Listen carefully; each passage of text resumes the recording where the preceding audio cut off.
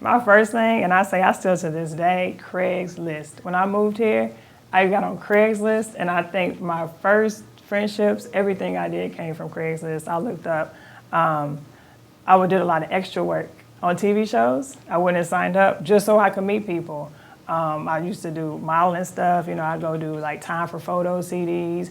I used to ride the bus. I used to live in Monterey Park. My sister-in-law, she let me come and live with her. And I only met her 3 times, and I always tell this story, like we diehard sisters now. I only met her 3 times, she let me come and live with her. So when I used to wake up, I used to just get on the bus and just ride downtown, wherever the bus, because I didn't have anything to do when I moved here. My thought process is I really didn't want to do anything. I had went to college. I always made really good grades, all A's. I graduated college. I had a job. I was a systems analyst. I'm going to move. And I literally, on purpose, don't want to do anything for 6 months. So for the first 6 months here, I just traveled, journeyed around, did stuff like that, TV shows, just. I would say to my 18-year-old self, I would say, you know what, you don't have to be so cool.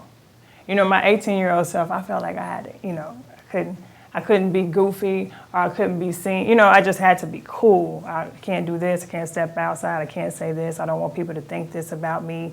And a lot of that had to do with doing music. And so as a rapper, I just emulated rappers, and most of them were male, like Nas and Jay. So when it came time for me to perform, I didn't want to dance, I didn't want to move, I didn't want to, and people were like, well, where's your, because I was cool. I was too cool for that. So I would tell my 18-year-old self, just have fun. You do not have to be cool. You do not have to care what people think. Just go for it.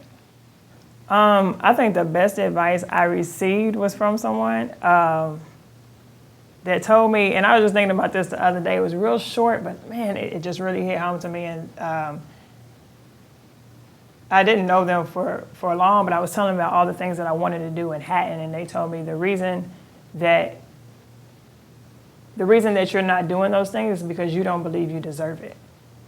And I was like, dang, I don't know, he might tell everybody that, but it really hit home with me because you go through that phase. It's like sometimes I don't feel like I deserve to be successful. Sometimes I don't feel like from where I'm from, I'm like, man, I'm just tripping. I don't know why I think that I can open a studio on Hollywood Boulevard. Like, who does that, and we need this, we need that, it's almost done. So sometimes I beat myself up a lot. And I would just say to not beat yourself up. But if you have a concrete dream that you're working on, then go for it, because it really can happen.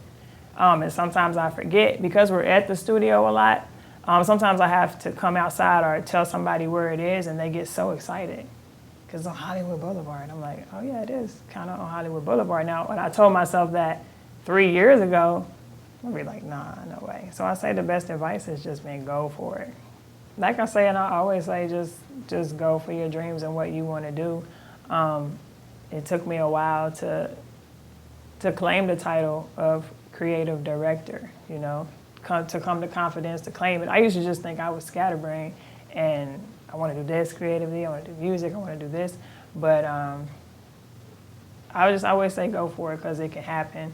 And in the toughest times, to me, are the best times. And just appreciate those, because then when you do have it, you can look back. And like I said earlier, you could just be that much stronger and that much closer to what you want to do. Thank you for watching A Wise Way. Subscribe to stay updated, share to pass the knowledge, or view our other videos on the left.